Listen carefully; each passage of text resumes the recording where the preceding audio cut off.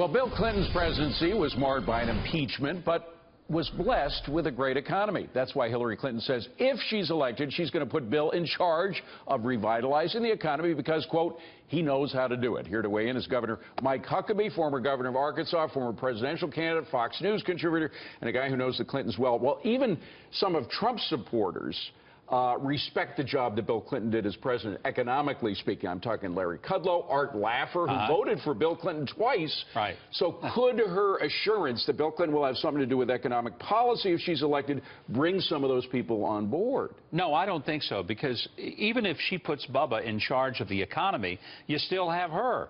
And so all the foreign policy and all the basic domestic policy is still going to be in charge, or she's going to be in charge of that.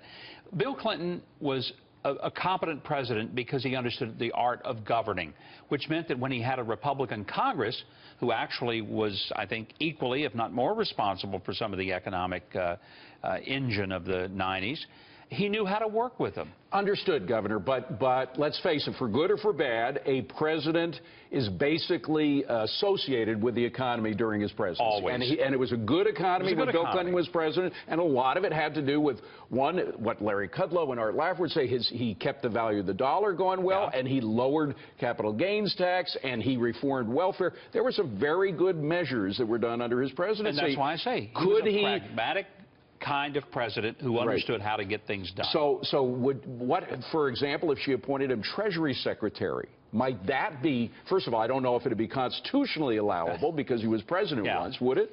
I don't know if it would be constitutional. I'm not a constitutional scholar to answer that question, but I think it would be problematic for her to give him some type of official role, and anything unofficial is just that, it's unofficial, and he's not going to really have any imprint on it, other than he can go out and make a speech. But as we've seen in the campaign, he's not making the kind of speeches that he made 25 years ago when he was first running for president. So I think she's grasping at straws. I truly do. Now, President Obama the other day in Rutgers University at the commencement address said that the good days, the good old days are over, and you got to get used to the new age of limited growth, et cetera. Hillary seems to be talking the opposite message.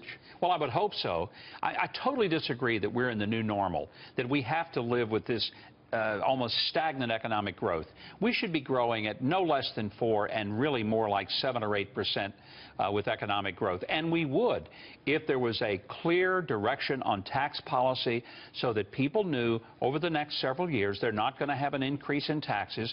If they knew the regulatory environment was going to calm down, they weren't going to have to constantly be putting on people just to manage the regulations they face. So last point, if Hillary changes her economic proposals a bit, makes it more business friendly than it is right now, says that she's going to appoint Bill Clinton as her economic czar, don't you think that would bring some votes over to her side who are now leaning towards Trump? It might bring a few, David, but not enough for her to win, because there are still a lot more Americans who have suffered under the Obama economy, and they're going to understand deep down that it's not the second coming of Bill Clinton, it's the third term of Barack Obama. And that's not something that a lot of American working people, including a lot of union members, who realize how tough it's been for them, they're not going to want to go through another 4 or 8 years of that. Former Governor Mike Huckabee, good to see you. Good to see you, David. Thank you for coming in. Appreciate it.